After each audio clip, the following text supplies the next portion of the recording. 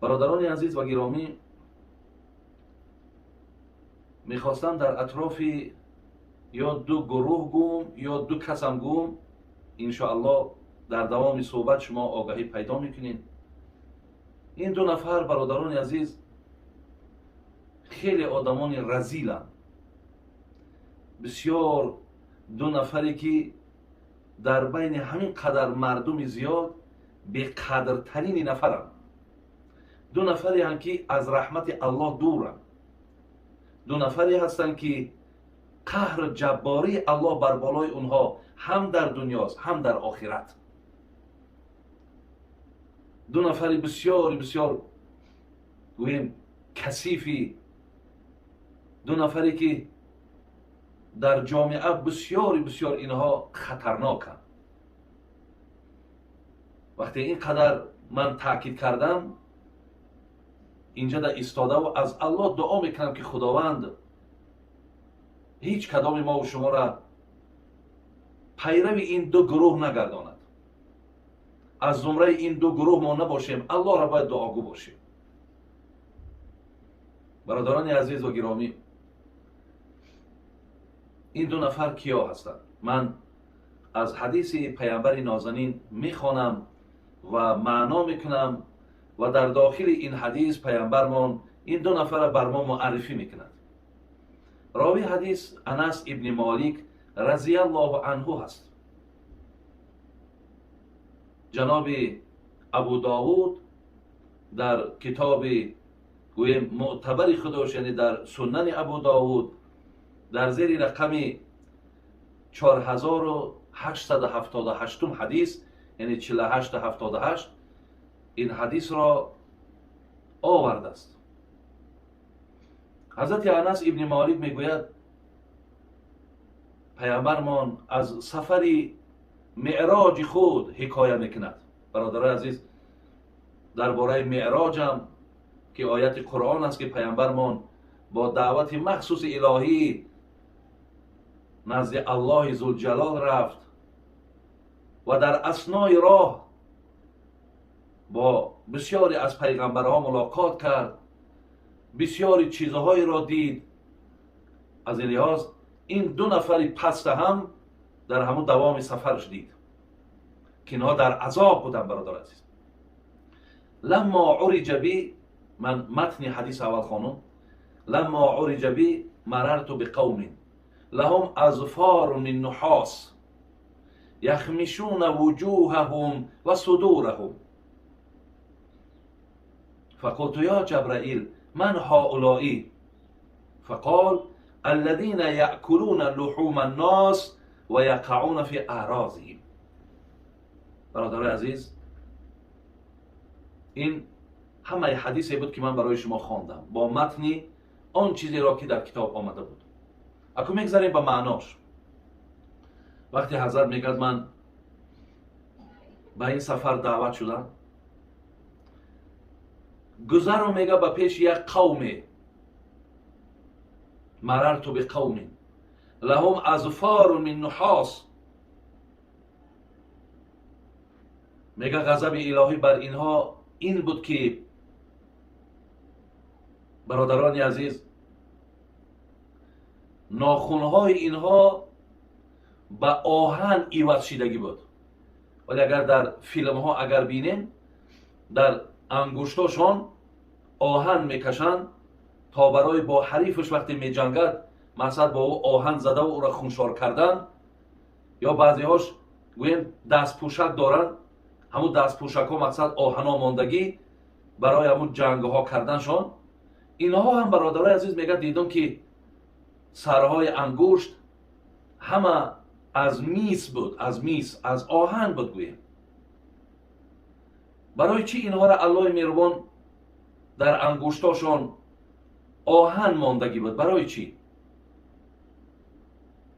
یخمشون وجوههم و صدورهم، برای اینها فرشته موظف شدگی بود و امرشان میکرد که با این انگشت های آهنین همین چهره هایی که ما و شما داریم همین ها را مقصد همین پوستی روتونه شما پایان کشید، یعنی با همون طریق مثال گویم قوه‌ای که در دستاشون هست با همون چهره ها را همه را خونشار میکنن، یعنی تمام وجود چه میکنن، چشم هاش را بیرون میکنن، بینی را بیرون میکنن، لب ها را همه را بیرون میکنن. بعدیانی که این کارشان تمام شد، برادران عزیز، امر دویمی که به اینها میکنند و صدورهم، سینه هاشون هم برادران عزیز بر بالای شکماشون میکنن، گوشتای میره بیرون میکنن. پیامبرمون میگه این حالت دهشت من دیدم. هرگاهی که اینها خداشون هم میکنن و خونشار میکنن، برادرای عزیز، شما همین یک پوستکی که در همین بیخ انگشتت باشه، همرا وقتی میکنی چندقدر در میابی. گفتی حضرت مولوی جنونی نداری طاقت یک زخم سوزن، نمیترسی چرا از سوز گلخن. ما طاقت یک زخم سوزن نداریم. من برادرای عزیز این حدیث برای آن معنا میکنم که پیامبر با چشمی سر دیدن تا ما از این کردارهای بد برادرای عزیز خودداری کنیم، از زمره این آدمای رذیل پس نباشیم. شما تصور کنید که وقتی او با او آهنها میکند چقدر در میابد، چقدر داد میگد، ولی در عوض این بدبختی که در دنیا داشتن باید که عذابش چشن.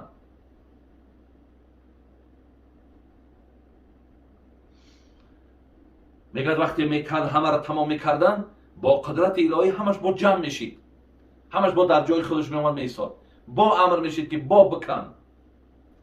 خلاص عذاب اینها برادرای عزیز تصور کنید که از زمانی که پیامبر ما رفت اگر 1400 سال گذشته باشد، اینها تا حالا هم در همین عذاب مبتلا هستند. میگد وقتی این حالت دیدم، این دهشت دیدم، این عذاب دیدم، جبرائیل که همراهم بود، این ملائکه مقرب، گفتم یا جبرائیل من هؤلائی، کو اینها را برای من معرفی کن. مثلا اینها چی ها کردن، این چه عمل داشتن که اینقدر دهشت و سختی در بالای سر اینها هست. جناب جبرائیل چی گفتن؟ گفتن اینها در دنیا دو عمل زیش داشتن برادر عزیز، دو کردار بدی بود در اینها. یعنی اینها از دو گروه عبارتن، یک گروهش یاکلون لحوم الناس، دوم گروهش یقعون فی اعراضهم.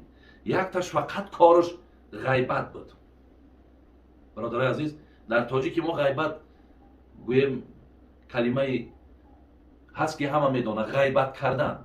اصلا معنای کلمه غیبت یک آدم در غایبیش، در نبودنش، ما و شما در راستش چنان حرفایی را میزنیم که وقتی پیامبر پرسیدن که غیبت چی است، حضرت چی معنا کرد؟ گو هرگاهی که حرفایی که در حقش زدید و این حرفا به گوشش رسد و ناراحت شود، این را میگن غیبت. یعنی اگر ما یک کس در غایبیش برادر عزیز وصفش کنیم، تعریفش کنیم، در حقش دعای خیر کنیم، این را غیبت نمیگن. لیکن وقتی که ما او را گویم تنقید میکنیم، او را کردارهایی که مثال دارد وقتی که بین مردم فاش میکنیم، این را میگن غیبت.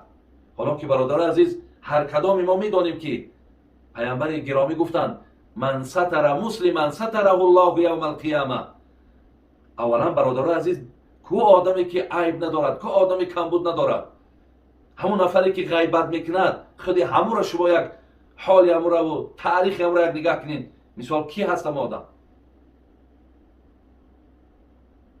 برای همین حضرت گفتن هرگاهی که مثال شما از گپی او را، کرداری او را، کارهای او را وقتی در بین مردم فاش میکنین و این گپ به گوشش میرسه و بسیار ناراحت و غمگین میشود، این را میگن غیبت. از این لحاظ حدیث پیامبر گفت که شما وقتی میبینین یک برادرتون در یک کمبود و در یک عیب مبتلا هست، شرط نیست که او را به گوش دیگر رسانین، برعکس شما عیب او را پوشانین. اگر عیب او را، کمبودی او را پوشانیدین، خداوند عیب کمبودیاتون میپوشاند.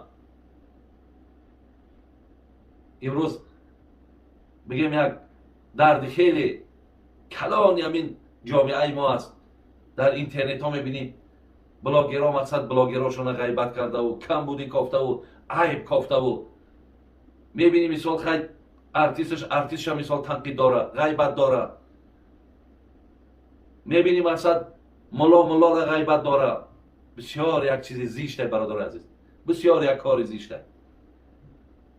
با زمانی که اگر وقتی یک ملا بگیم یا یک صوفی بگیم یا یک مولوی بگیم یا یک شیخ بگیم، وقتی این قدر علم جمع کردیم و عنوان گرفتیم و نام برآوردیم، لیکن در یک جا میشینیم یا دیگر غیبت میکنیم، همین علم تو با کی در کارای؟ گفتی جناب جنونی از علم به عمل به عزازیل چی فایده؟ همون شیطان هم علم کلان داشت، لیکن چی فایده دید؟ تا جای مردم در ما مثال باشیم، تا جای مثال عیب یک برادرمون را پوشونیم، کمبودی یک برادر ما حدیث خو میکنیم، ما از علم آگاهی داریم، این مردم ای ما چی میآموزند؟ برای همین برادران عزیز و گرامی، شما دانید که حال آدمی غیبتگر بعد مردن انمی حالتی است که پیغمبر ما با چشم سر دیدن. خدا رحمت کنه جناب شیخ سعدی را، بگم مکن غیبت اگر عقلت تمام است، که گفتار تو در غیبت حرام است. اگر عیب تو گردد بر تو ظاهر، به عیب کس کجا پردازی آخر؟ اگر تو فراست داری، عقل داری یا مسلمان هستی، علم داری، آخی غیبت میگه حرامه. حتی در روایت ها آمده است غیبت از زنا ده بدتره. در روایت ها آمده است که یک غیبت گناهش از 30 زنا، یعنی با 30 زنی که یک آدم میرسد چند قدر گناهگار میشود؟ از 30 نفری که با او این آدم دست درازی کرده، گناه یک غیبتگر از اینا بالاتره. همین جناب شیخ سعدی میگه اگر عیبی تو گردد بر تو ظاهر، به عیبی کس کجا پردازی آخر؟ اگر یک بارک تو عقل میداشتی و تو مثال یک در وجود ترس خدا میداشتی و یا همون دعوایی که داری اگر در همون دعوات صادق میشیدی و یک بارک تاریخ اخته ورق میزدی، باور که همون کمبودی ها و لغزش ها و شرمندگی که خود داری، همون ها را دیگر نمیگذاشت که حرف یک آدم بزنی، یک آدم غیبت کنی. برای همین خدای مهربان در سوره حجرات آیت 12 میگه یا ایها الذین آمنوا اجتنبوا کثیرا من الظن ان بعض الظن اثم ولا تجسسوا ولا یغتب بعضکم بعضا ایحب احدکم ان یاکل لحم اخیه میتا فکرهتموه واتقوا الله. ببینید الله مهربان چی میگه؟ ای کسانی که ایمانی با خدا دارید، از گمانهای بد در حق یکدیگر پرهیز کنید. یعنی هیچ وقت در راست یکدیگرت گمانی بد نکن، زیرا اکثر گمانها گناهند. گمانی بد خودش گناهه. ولا تجسسوا، هیچ وقت در کافت و کابی عیب کمبود یک برادرت نباش. ببین الله ربی امرهاش، ای گمانی بد پرهیز کن، از کمبود عیب یکدیگر کافتن احتیاط کن، دور باش. سیم چیزی که در آیت اومد ولا یغتب بعضکم بعضا، یکدیگر تا غیبت نکن. الله مهربان بسیار یک مسئله وزبین در این بین گذاشت. گفت اگر همون برادری را که شما غیبت میکنین، اگر جسدی مرده همون را در پیشت مانن بگن گوشت همین را بخور، گوشت خورده میتونی، فکریتموه، گفت نه تو ناراحت میشه. برای همین غیبت یک برادری مسلمان گوشت او را خوردنه در حالتی که او مردگی است. برای همین برادرای عزیز، یکم نفری که در چشم پیغمبر خدا این حالت گذشت، انمون نفرهای هستن که غیبت میکنن. دیدن امروز همین شبکه ها را بینید، اینترنت ها را بینید، فقط کار غیبت، فقط کار عیب کافتن، کمبودی کافتن. من گمان میکنم برادرای عزیز باور کنین، ملت من دوست میدارم، ببین مردم ما دوست میداریم، زبان ما دوست میداریم، لیکن صد افسوس که در همین بین بعضی همین آدمای نالایق پیدا میشوند که گویم مردم همونها را دیده و مردم تاجیک بهاگذاری میکنن که فکر میکنن ممکن همین مردم همش همین خیال باشد، لیکن نمیدانند که خیلی در هر یک ملت مثال این خیلی آدمای بی تمیز و بی فراست در هر یک ملت وجود دارد.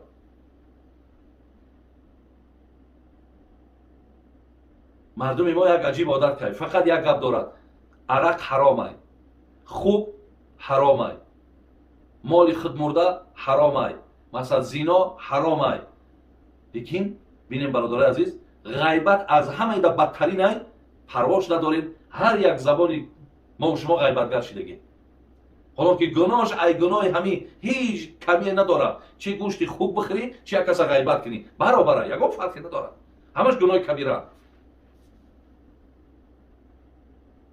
یک وقتا در مردم فقط ایراد میگرفتن که زنها کجایی را که بشینن غیبت میکنن. امروز باور کنین برادرای عزیز و گرامی، اینقدر غیبتی که در بین مردها هست، الله دانایه که دیگر زنها مثل این مردها غیبتگر نیستن. لیکن همین غیبت شما دانی که هم گناه هست، هم نفری میکند که اون مغلوب شده. همین کمبود کافتن، عیب کافتن، یک کس مثال در دهن گوش یک آدم مثال معرفی کردن با کردارهای بدزیشت، معنای او را دارد که این آدم بیچاره شدگی. برای پیامبر گرامی اگر در پیشش حتی صحابه می آمدن، پیش پیامبر یک کس میخواستن سیاه کنن، بد کنن، پیامبر من میکرد، میگفت نکن، غیبت نکنین، میخوام که همه شما را ببینید با دلی تازه نگاه کنم، نمیخوام که در راستی هر کدام شما چیزی را شنوم. امروز باید که ما راه پیغمبر را بگیریم. یک کس پیش ما غیبت کنی آمد، بگیم نگو، در کار نیست برادر عزیز، من طاقت شنیدن همین ندارم، برای یگان جای دیگه در غیبت نکن.